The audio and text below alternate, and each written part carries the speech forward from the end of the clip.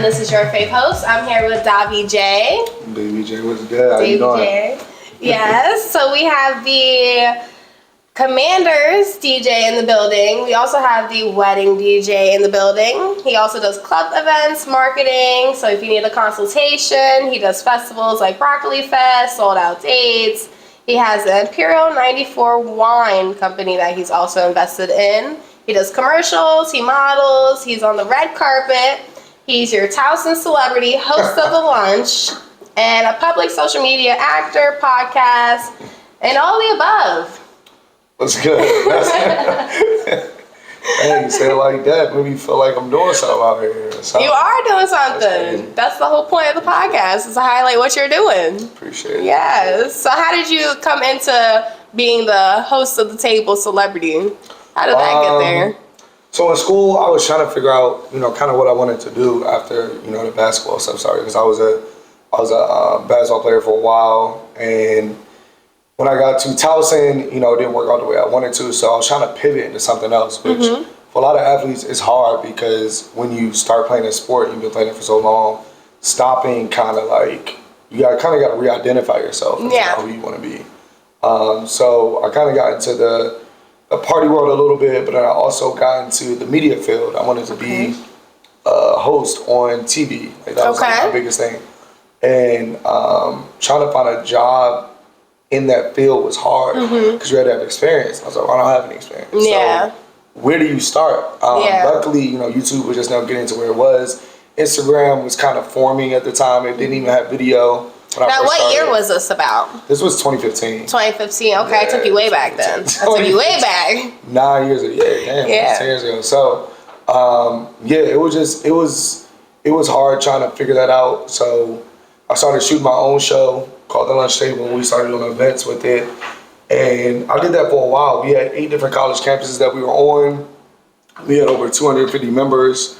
It was growing into, something like mega, something that we can really do some damage on, and then COVID happened. Okay. So COVID kind of took what it was supposed to be, and the campuses, were shut down. So it was really hard trying to pick it back up, and it never really formed back to what it was because I had to start focusing on other things. I had a child in 2020, and I really had to put a lot more focus on it. Like, okay, I need to make some more money. Need to be able to use my time more efficiently, and I need to figure out something else that can make sense for me right now. Okay. So that's pretty much what The Lunch Table started, and kind of where it hit like a certain point. Right now it's still at Towson. The students still love it. I love that for them. That was my first business, and it taught me a whole lot about just entrepreneurship. I think the biggest thing I got from my first business was the network and the ability to see like how much hard work in a business can pay off if you just be consistent with it. So that was like the dopest part about all of that. And with media and with throwing events, and like you kind of have to have some kind of influence. And one of the reporters at the school was doing like campus celebrity newspaper specials, and she had picked me like, you've been really making an impact. I was like, that's dope. So it is cool to get recognized, for your hard work. Get your flowers. Yeah, exactly. So that was cool, and then it kind of just stuck. It was campus celebrity, but it was really just it's really how you use it. Like when you get an award like that or something like that as recognition, the best thing to do is to try to use it to your advantage. Try to get some type of something from it. So I used it, to grow my platform and kind of like a staple piece, like an award piece. Cool. Now, for other people that are at Towson or any college for networking, what do you think is like the best advice that you can give them to start out something like that? The best advice for networking or any kind of thing at a school is to understand your position and where you're at. And I've told some of my students this before, but a lot of times when I first started and was trying to grow my business at Towson, I would sit at different tables almost every day at lunch. And I would sit next to random people, and it was really weird. Some people was like, "Why are you doing this?" And it was kind of like for me, I knew the purpose of it because I understood it early. But it's networking. Like I met so many different people that semester that I just sat next to random people, and I would talk to them. I would hear their story, why they're here, and it just made me a people's person. You understand people, you start to see like kind of their trajectories of what they do and see how they grow into what they ultimately want to be or they don't want to be. So that really broadened my network. And I think that is one of the biggest things I think college students struggle with. I feel like they need to get in front of more people and talk to more people. Like there'll never be another time in your life that you'll be around the same amount of people at the same age, the same interests, the same open-mindedness, if that's a word. Yeah. Same open-minded kind of attitude. Atmosphere. Attitude to support you. You know, like it's hard. Like starting a business is hard, but I think in college is probably one of the best times to start a business, hands down. Yeah. Hands down. And why do you think that is? Because of the environment and the people 100%. around? Like I think college is one of the best times to start something. Like again, you'll never be around the same amount of people your age. You'll never be around the amount of open-minded atmosphere. It's just a place that you can even mess up and people will still accept it because they don't demand perfection from a business that started in college. It's not. So I think that is hands down the best time if you're in school, if you're in college, is the best time to start a business for yourself, for sure. And then what did you take away from that, like your first business? Like what do you think that you took from that you want to do again or that you don't want to do again for your future businesses that you have now? I think the biggest thing I took away from it was being able to stay structured. Like structure is such a big thing. You can work as hard as you want and grow as big as you want, but you'll never grow to where you want to be without the structure. And that's something that I took from it and put it into other things like DJing and all the other things that I do, and just made sure the structure was there first, because without structure you have nothing. That, and then the second biggest thing I took from it was being able to delegate. Delegation is huge. If you can't delegate certain small tasks and find a team that will support you and help you out in your journey, again, you'll never reach to where you are. Like you'll only scale but so high. So that's a major thing for business people or anybody that wants to be in entrepreneurship, is learning the skill of delegation, learning the onboarding process of teaching someone how to delegate. I mean, not teach somebody, but to do the job that you want them to. Yeah. It takes time. In the same way that you would do it. Exactly. And as much as people don't take this, as much serious, I think they should, you need to write out job descriptions for people. You need to put in front of what you are wanting them to do, even if it's a friend helping you out.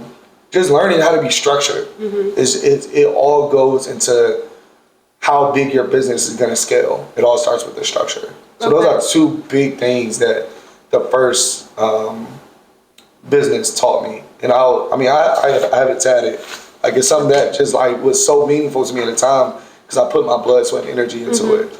And sometimes when you just go as hard as you can in one direction, you'll learn so much that it's easier to pivot into the next one because you already have so much with you to be able to take. So you know how to do it. It's just all about where you're putting your energy at that point. Well, yeah, you put your energy in a lot of places. I read your resume. It was like 15 minutes long. My whole card is full. So it's like, how do you find the time to put all your energy into this? Because you delegate stuff and you have the structure, or? I mean, a lot of stuff is delegation. A lot of stuff is, seasonal too. Like there's certain seasons where, for instance, the wine company, right? Right now we are pretty much out of wine. So we are trying to figure out our next steps and how much we want to order of certain parts. And that right now isn't taking as much time as it normally does. Even the DJing, like November, I personally try to slow down because October is such a big month. The homecomings, Halloween, you can run yourself ragged in nightlife, like ragged completely. So a lot of it is just trying to figure out where your energy needs to be in the right time, in the right season. For instance, in July, in the hot season, when it's the biggest time, my main focus is my festival because that's what I work year round. I just got off the phone with festival stuff before I came in here. My brain is kind of still trying to get back into, but well, let's talk about your festival. What is it like? What's the atmosphere? What do you want people to take away? Why should I go to your festival? So Wine and Slow Jams to me is one of the best R&B experiences that you can get in the DMV area because it's something that you can sit outside. This year, I'm not gonna lie, this year was hot as fuck.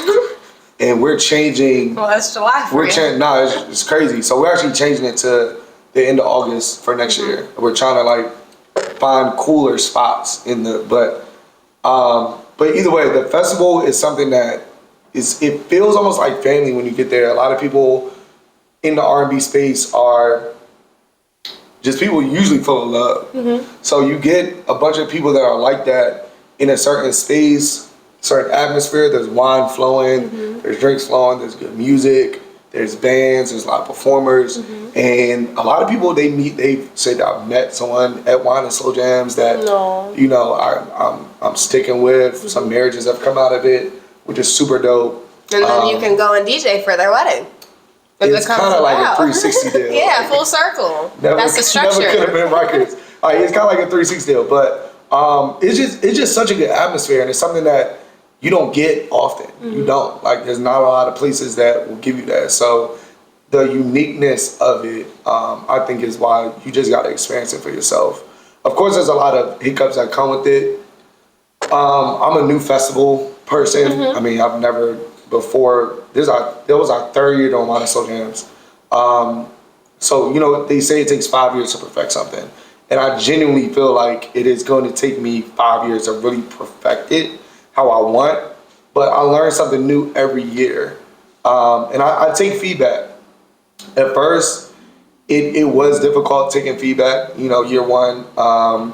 But I value feedback so much because people don't have to give you feedback. They don't. They could just move on, spend their money somewhere else and not care. But feedback from a festival, at this point, to me, I value it in just such a great amount. I read them, I look at them, I write them down. We did a SWOT analysis to try to figure out what we can do better. And I know every year is gonna improve. Like, if you even look at the other festivals in the DMV area, like Broccoli City, and you know, Deer Summer Barbecue and all these different festivals. Well, you played parts in those too as well. Yeah. I mean, I've done different things for different festivals in those capacities. But you know, there's always something that they probably felt that they could do better on.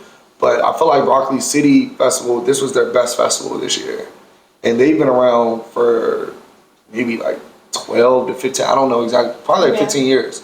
But it takes a while to really perfect, you know, the formula of giving people a good festival, a great festival, I should say. So that's something I'm really striving for right now. We're trying to like be more picky with the venues, be more detailed with what we're doing. Now that I know how many people it takes to fill a certain space and how many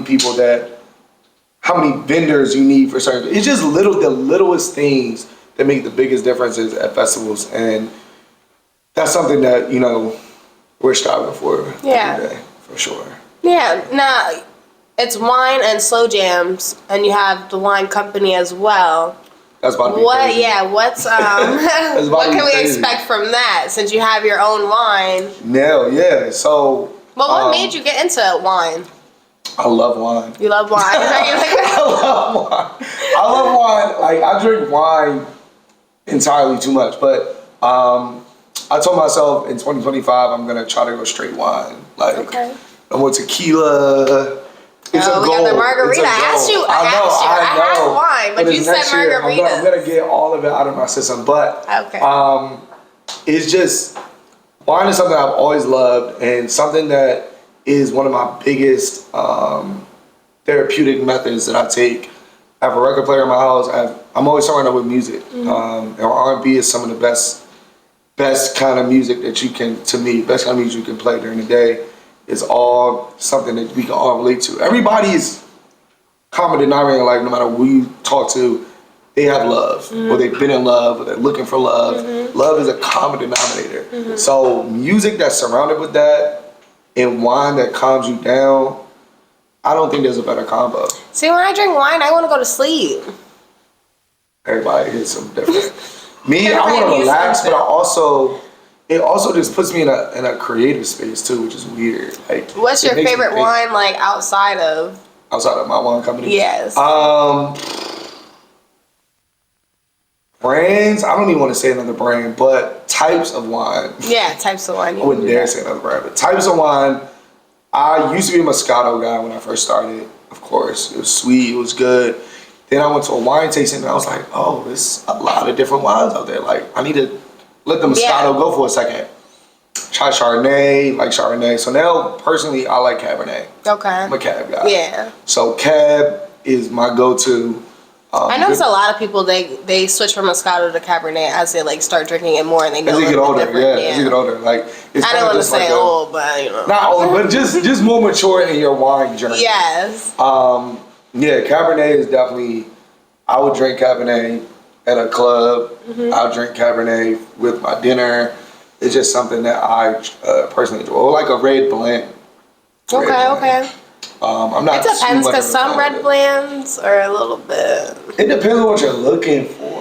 Sometimes they're a little too serious for me. I'm like, ooh, like this is a lot. I know you made this with your feet. Like this is a lot. Like it's so much. I just can't do it. I can't get behind it. But I'm still, I like the sweet stuff, but not too sweet. I'm a Moscato person. Moscato girl. Yeah, Moscato girl. Nothing wrong with that. At these festivals, I seen you taking pictures with Drewski, Jim Jones, DJ Khaled, Sexy Red, 2 Chainz, everybody. Who was one of your favorite interactions that you've had? Dang. I think one of my favorite interactions was Terrence J. When I met Terrence J, that was super cool. It was funny. I was at BT Awards. I was at the Interscope party. And my friend that I went down there with, I was like, I don't really care about seeing these other celebrities, but I'm not gonna lie. If I meet Terrence J, I'm gonna be geeked. Like, and I kept saying, I was like, I'm gonna see him around. I'm sure, like, because I was backstage a lot, doing different things in 2017. And when I went to the Interscope party, I had been looking up to him so much because I want to be a TV host. Like, I was like, he's doing everything I want to do. Like, it was one person. I was like, that is the one person that is literally doing everything I want to do. He's acting. He's on TV hosting. Like, everybody wants him to do like all their hosts because he's just so good at it. And when I actually had seen him in person, I was like, yo, that's Terrence J. I'm gonna go up to him. And it was an Interscope invite only party, so I wasn't trying to be like, yo, like, please, like, yeah, like. So I told my friend, like, yo, take my phone. Like, I just want to get a picture. So I went up to him. I was just pouring my heart out, like, yo, you inspired me. So I was drunk, too. So it was like, yo, you inspired me so much. Oh, my gosh, Terrence J. Like, he was like, very humble, though. Yeah. Humble dude. He's so humble. I met him before. Humble. We have a funny interaction, too. Super humble dude. Cool as shit. And when I realized I was over talking, he was like, look at the camera, nigga, like, get this picture, like, yo, be. And like, go we ahead. took the photo, and I was like, damn, I got a picture. I posted it, like, literally that. You know how, like, used to be, like, post times on Instagram, like, post at a certain time? I posted it right then and there, like, you were so excited? Immediately. It was like 2 a.m. It had to be like 2 a.m. I posted it immediately. So that was probably one of my favorite interactions because it really felt like, wow, like, this is cool as shit. Yeah. I really met somebody like that. That and DJ Khaled. Okay. DJ Khaled, I used to work for the radio station. When DJ Khaled came to the station, it was just like, damn, this is the dude that I'll be seeing on my Snapchat every day. I'm really talking to him. Like, he's cool DJ Khaled is a funny person. She's crazy. Yeah, she's crazy. So those were definitely my favorite interactions, hands down. Okay. I can take that. Now, do you have somebody that you would also look forward to seeing? I want to meet J. Cole. J. Cole? I think J. Cole would be cool. So I have a conversation. Like, I think he's like a really kind of dope, deep, spiritual dude. So it would just be cool to have like, a 15-minute conversation with him. Kind of just pick his brain on stuff and interactions that he's had, like kind of like that. If you could ask him one question, what would you ask him? I would ask him what it feels like to be him. What it feels like to be him. What do you think he would say hypothetically? I don't know. Like, I feel like he would just be like, I would just want to hear like how it feels to be at the level he's at and how he navigated through like who to be cool with, who not to be cool with, how he made it to a certain threshold Because, you know, like, everybody raps. Not everybody, people rap. But when you make it to a certain threshold, like, what does it even feel like in that kind of space, to that magnitude? So that would probably be the biggest thing. Women celebrities, I met Coco Jones. I want to meet her again. He's looking for you, Victoria Coco. Monet. She just got out of a divorce. Oh my! I need that. You need her at your wine and slow jams. Yeah, I mean, that's where marriages come from, guys. I'm trying to tell you. I'm just thinking, like, if I book her for my event, like, you know, like, how would that look? Yeah. You know, if we have to, you know, because we got to be interact. We got to be able to talk at that point, like, hey, you know, so I don't know. I mean, next year. You can't be getting nervous though. I think I would for a second, and I get over it. Like, for a second. I feel like you've interacted with enough people that I feel like you might be, you know, at first maybe like, oh my gosh, it's her. Right. But then I snap into business mode. Yeah. But I think they want that. So much stuff. She's still a human. Like, I think she would want that. You know, like, you just be normal, and then see if she, you know, she likes me. Yeah. Oh, so you trying to? We shooting our shot. We shooting our shot. I would definitely shoot my shot. How would you shoot your shot? How would you do that? It's Coco Jones. Like, I'm very like, give the Coco Jones. What's the best way to shoot your shot as a man in 2024? Like Coco Jones or just in general? We'll do both. Let's do your scenario. You meet Coco Jones and you have the opportunity to shoot your shot. How do you do that? Coco Jones. So I feel like it would just have to be very organic. But we just kind of in the same place, same time kind of thing. I feel like when you're on a certain level, we're in certain rooms, if you're in the same room, you obviously have to have some type of like status, some type of like reason to be in that room. So, you know, as a DJ and as an influencer or whatever, I would have to figure out a way to be in certain rooms. Then when I'm in those rooms, I've already thought this out. So then when I'm in these, you got a structure to everything, guys, not just this. Crying. So when I'm in those rooms, like, I feel like it would just be a very, like, how you enjoy your night. Just go up to them and talk to them. Like, women, a lot of times at events, they get bored. Or they, you know, they want somebody to talk to. I mean, even if it's somebody that they may not be completely interested in at first, like, a 2 to 3 minute conversation go a long way. It's an interaction. It's a feel. So that's how I would do it. I was like, how's your evening going? You know, cool. Like, ask how she's doing. Whatever, see if she wants to drink. You know, I'd buy her a drink. You know, that's like, you saw I give you the whole bottle, everything you need, whatever you need. You know, and then I would just ease into look. I mean, it's a lot going on tonight, but I definitely want to, you know, get to know you more and take you out if that's possible. Shoot it right then and there. Right. There's no time for all the extra shit. Shoot it right then and there. Now, where would you take her? Where would your first date be? We gotta get elaborate with this. I feel like I would take her out to get some ice cream. Ice cream, that's cute. She seems very like down to earth. Down to earth, right? Like that, yeah. I'll be like, let's go some ice cream and walk around for a little bit. Just, you know, like find like a beach area, ice cream, and just walk. Okay. I feel like that'd be very cute, and it's like enough that it's like genuine and organic, so they can really see if it flows. Like the fancy restaurants and all that, like I'm sure she gets enough of that. I'm sure she gets fancy, but just that genuine organic stuff is what most women want ultimately. Now, what if it was somebody else besides Coco Jones? Would you still have the same? We need advice for the fellas that are watching and tuning in. We need advice. What you mean, like as far as just shooting a shot? Yeah. We'll talk about in the club atmosphere because we need some more club atmosphere. We need some more club etiquette. Right. So I feel like the best way to get a girl in the club. It depends. It depends on what club you're going to. I feel like as a man, you have to understand certain dynamics. Like, if I don't have a section, me personally, I'm not going to the Rose Bar. I'm just not.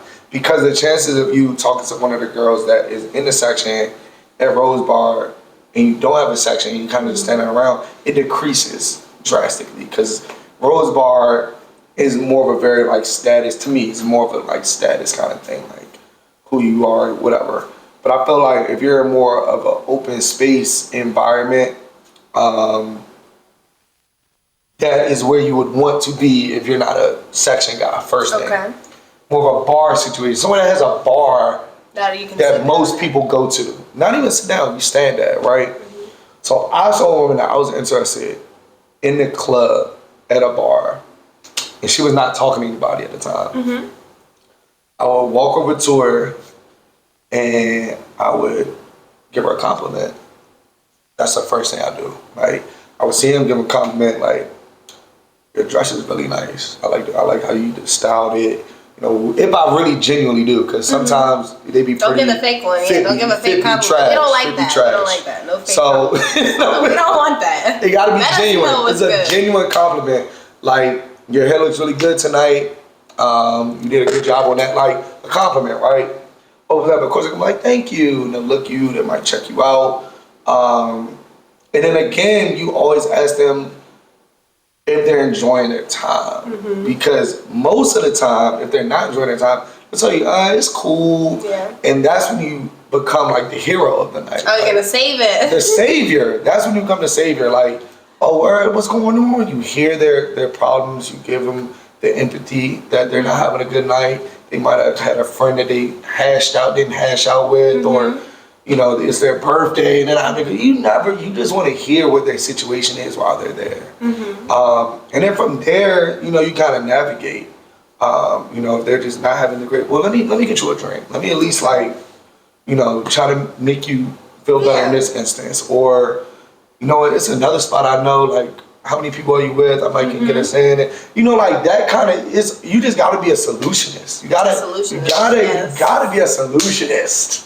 Yeah. You need to be able to figure out what you can do with the situation that she's in. And most of the time, if you do that and you're, like, decently attractive, your breath don't stink, you're gonna win. Yeah. In that night. I feel like sometimes it's not even about, like, necessarily the person, like what they look or what they have. It's more about, like, the content that is coming out. Because, like, if you come up to a woman and it's more respectable.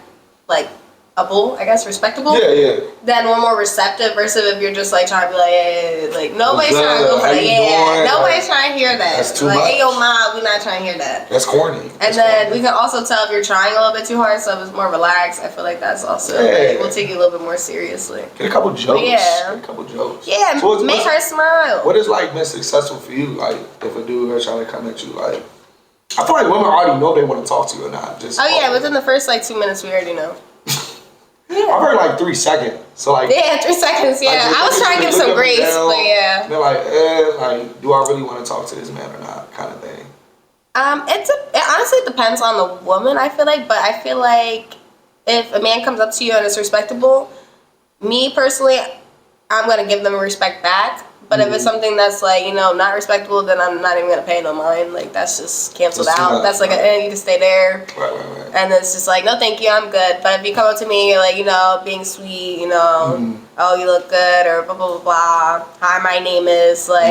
Right. Don't just come in full force, because that's almost like we go into, like, almost like survival mode. Like, you have to think about, as a woman, we can't even walk outside, go to the grocery store without getting hit on. So it's like, if you just come full throttle, we might cancel you out. Versus if you come as a friend approach a little bit, not too friend, but more sweet, like just nice, genuine person. Yes, I think that's important. You don't always have to come off so aggressive. Yes, that's what it is. You don't always have to come off like, I want you right here, right now. Come off friendly. Bro. Yes, just be nice, pleasant, smile, good time.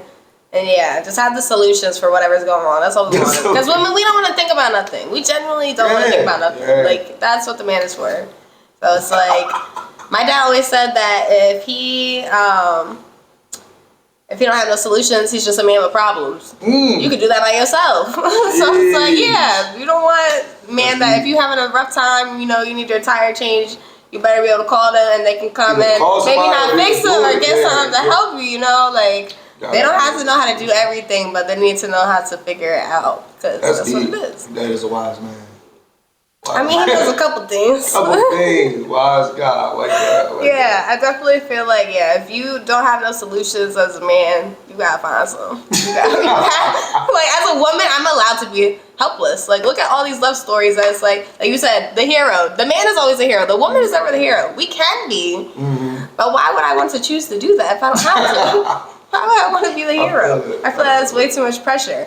Men, like, especially men in, like, 2024, 2025, like, society now, it's so hard to be a man. Like, I feel for you guys, because the stuff that y'all have to think about, Like, men go into establishments and they have to think about the exits, they got to think about the layout, the dynamic, they got to politic, they got to make sure whoever they're with is safe and having a good time. Like, it's so much stuff you got to think about. Me, I'm like, is my lip gloss shining enough? Like, is my hair look good? Like, that's a valid point. Who got gum? Like, that's about it. Like, I don't really think about too much. Everything's catered to. Like, but I feel like women have it kind of hard too though, because we have different struggles. Not only do you have to like figure out who you're dating and if you want to go out on a date with this person, you also have to put your best foot forward. Your makeup has to be done. Hair has to be done. Your outfit has to be done. It's a whole maintenance bill. It's a whole maintenance bill. It is a whole thing. So I think women, do have it.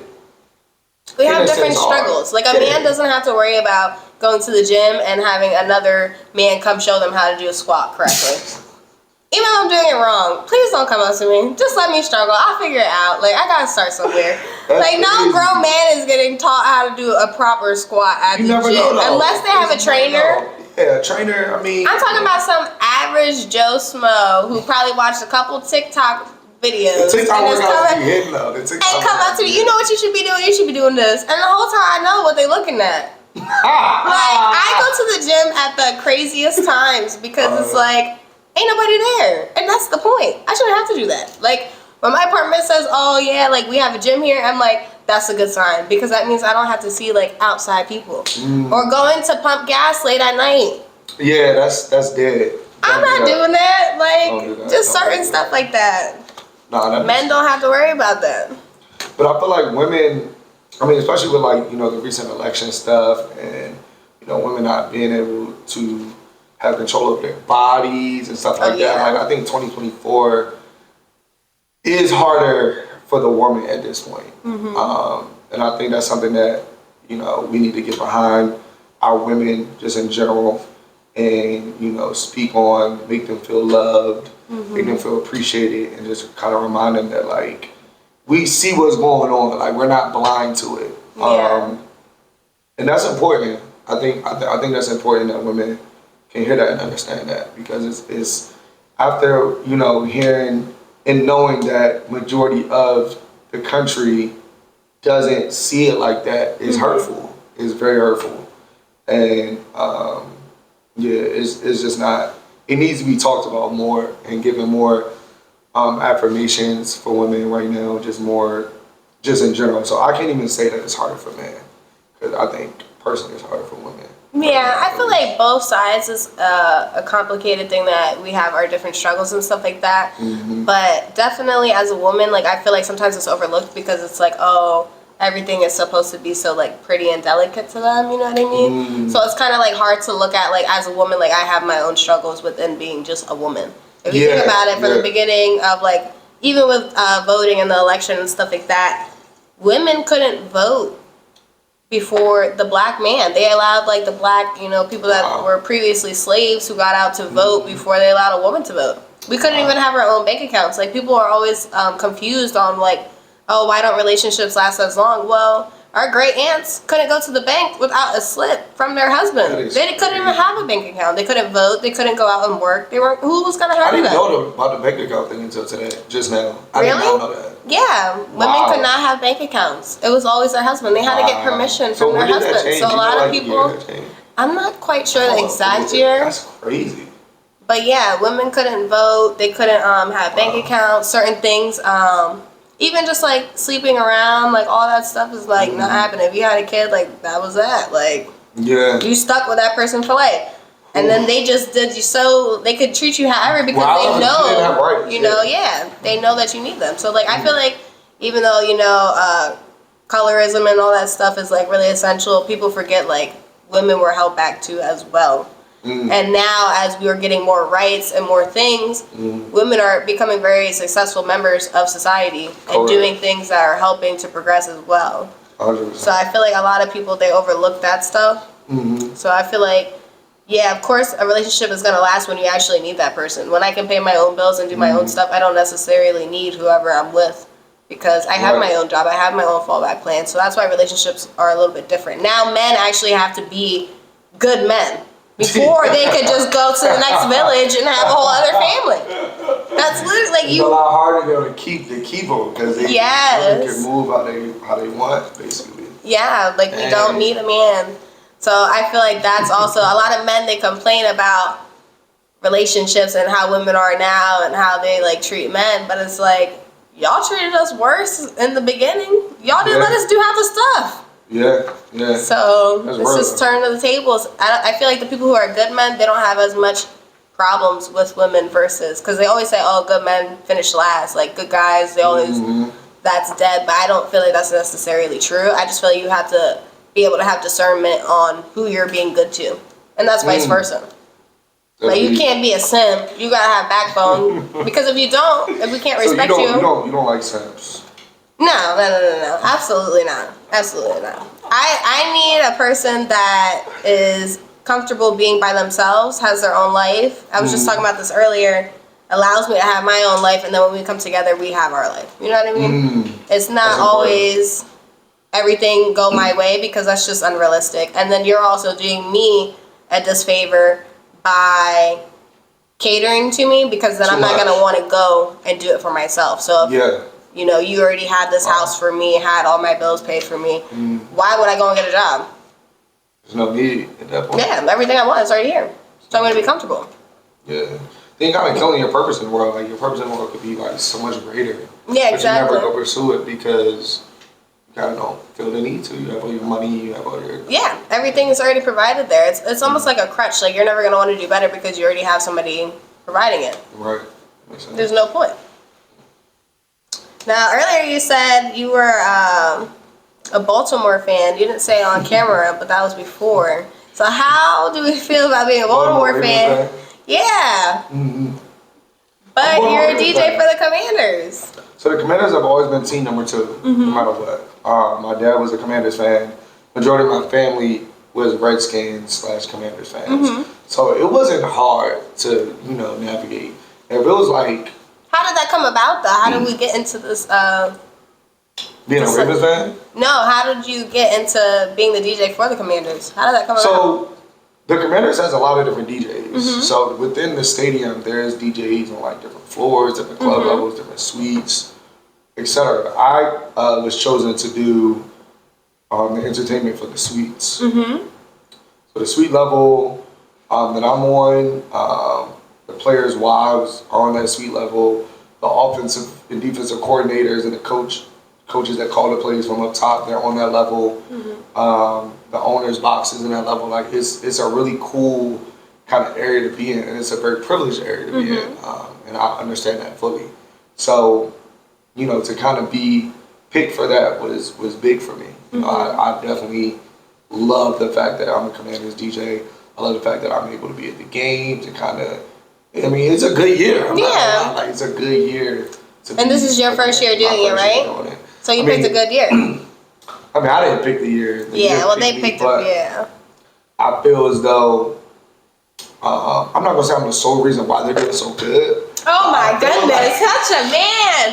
Such a man! Like my aura, my energy, my energy. My favor has been. Can we zoom in on my face? My favor has been over the team. And you're not even their fan. You are. It's your close second. Number 2, they're cousins. Okay. Commanders are cousin teams. I can see if it was like I am a Cowboys fan but got picked. That's sick. Or if I was a Steelers fan and got picked to DJ the Ravens, that's something I would not do. To the Cowboys. I would turn it down. Because my Eagles won. I would turn it down. And the Commanders are gonna beat the Eagles this Thursday. I know that for a fact. I don't know about that. You come find me though. I have your phone number, so just be ready for my text. We're gonna send it. Oh yeah, send that.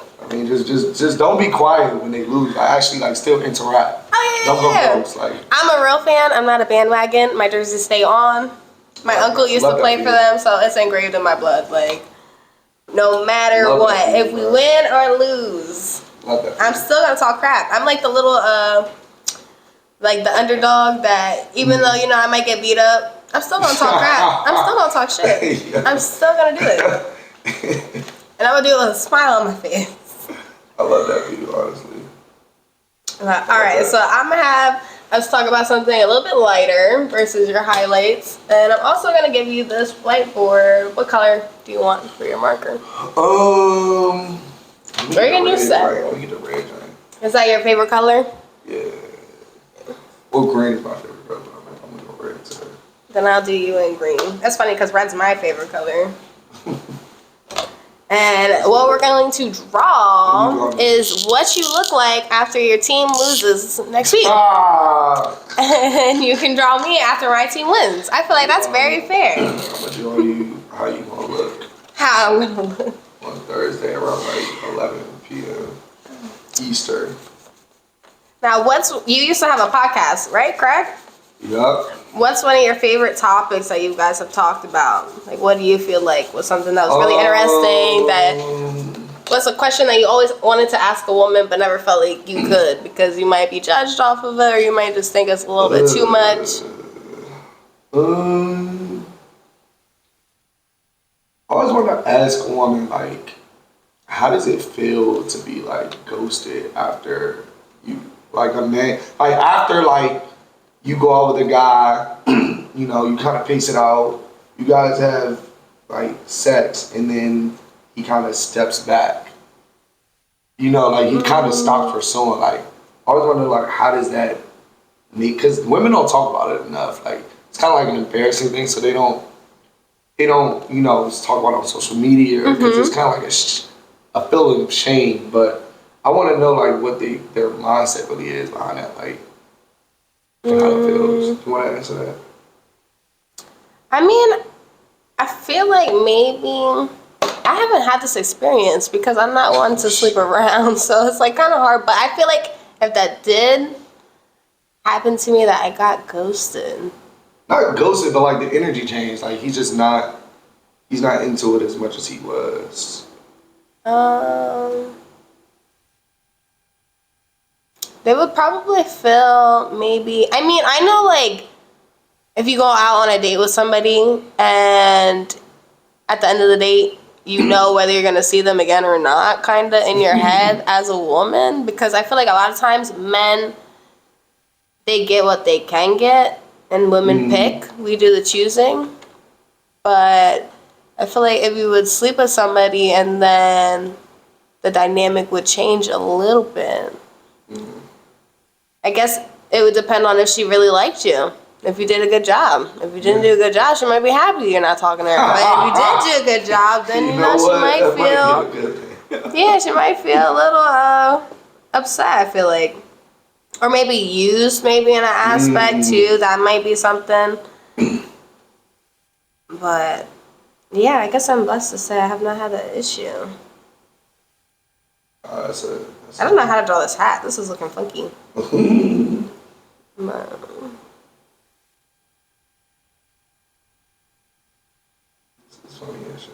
This is looking crazy on my side, but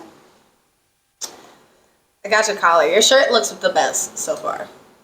That's a good thing. I'm trying to add some details to this. Let's do it vice versa. How do you feel if a woman was to ghost you after? Because I know a lot of people, like, dating is, like, really complicated nowadays. I don't know why it is, but it just is. Yeah. And, like, how would you feel if you went on, like, a fancy date? Like, one that you actually put time to think about. You know, you were really excited. Coco Jones, you didn't just take her to, you know, the ice cream shop. That's different. You took her to somewhere else. It gotta get right, look, like, if Coco Jones ghosts me, I wouldn't even be upset. I'd be like, you understand. You know, my boo is busy. You know, I'll be making excuses in my head that are not even probably real, but it just to cope with myself. To cope with it. To cope. But a non-Coco Jones woman that's also not Victoria Monet. Oh, we have two favorites. I forgot. It's two favorites. That were to ghost me? Yeah, they ghost you. What would be your next move? Say you really liked her and she ghosted you. Would you still try to, like, reach out or no? Would you just take that on the chin? I haven't ghosted in a while, but I'm trying to put myself in the mindset of how I would feel.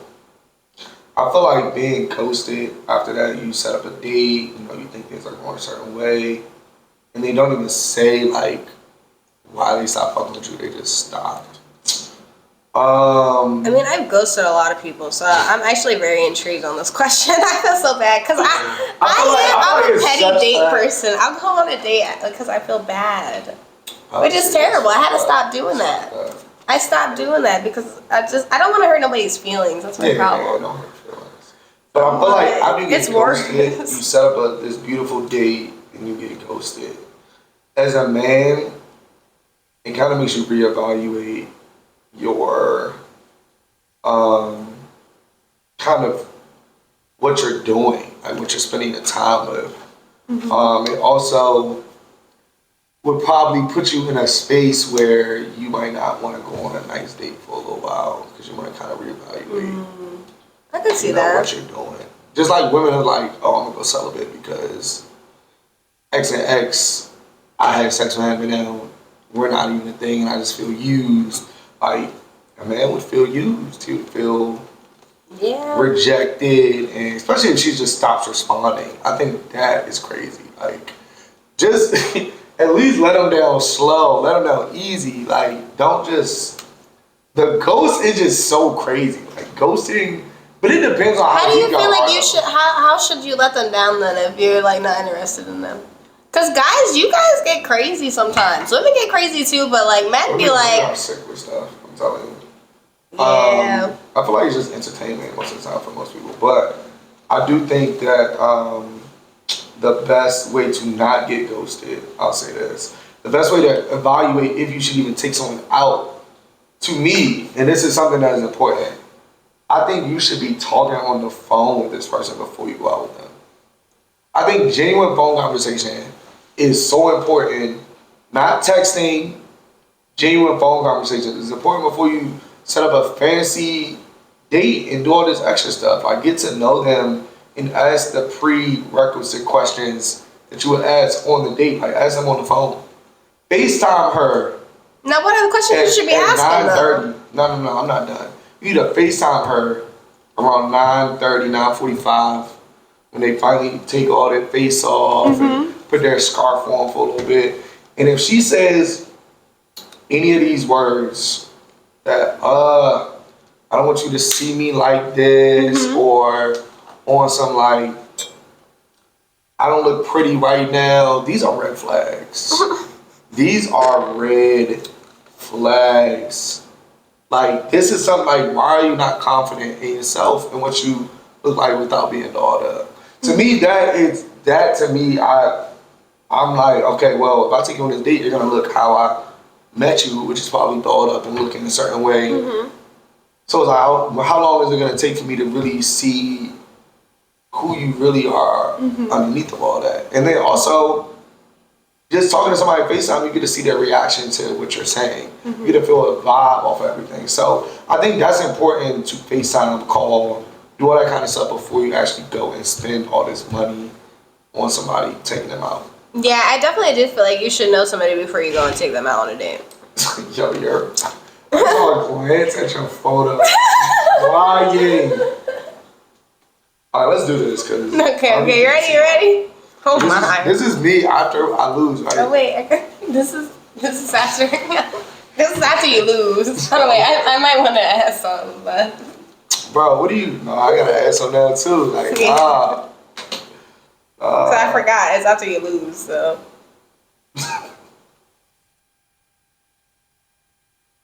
Okay, you done? Yep. Now you look like Lil Wayne. No, you look like a Wayne. Oh my gosh. The album that had geeks. I'm crying. Yeah, this is you crying. This is the Eagles with a big like. Yo, why is my shoulder so big? I don't know. It's not to. That's actually not bad. Like, randomly. I just like the little teardrops that I added. Teardrops. Yeah, and I got the details, the L. DJ table host. Table host. Infamous. Yeah, I put a C over top because the Commanders. You see, I was like a C. Oh, I see. Like the tissues and the crying. Why are my eyes X's? I seen that on this anime thing, and I was like, oh, we're like added. Normally I get diagonals for my eyes, so I'll take it. Yeah, you got the same eyes as me. Those Nah, I feel like wide joints. I feel like this is pretty good.